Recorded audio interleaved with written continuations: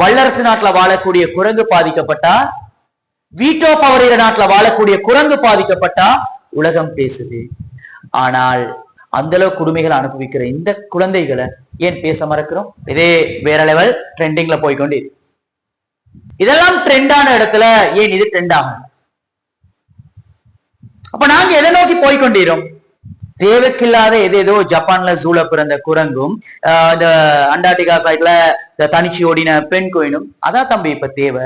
அல்லது தம்பி எங்கேயோ போற குரங்குக்காக குரல் கொடுத்து அதை ஸ்டேட்டஸா போட்டு அதுக்கு பின்னுக்கு ஓடுற இந்த மனித சமூகம், தண்ட இனம், மனித இனம் விளங்குது?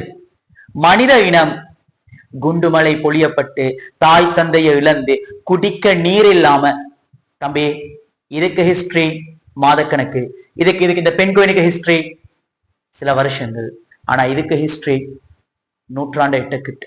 சிம்பிளா சொன்னா கிட்டத்தட்ட 60, 70, 80 வருடங்கள் ஆகுது ஹிஸ்டரி போயிட்டு.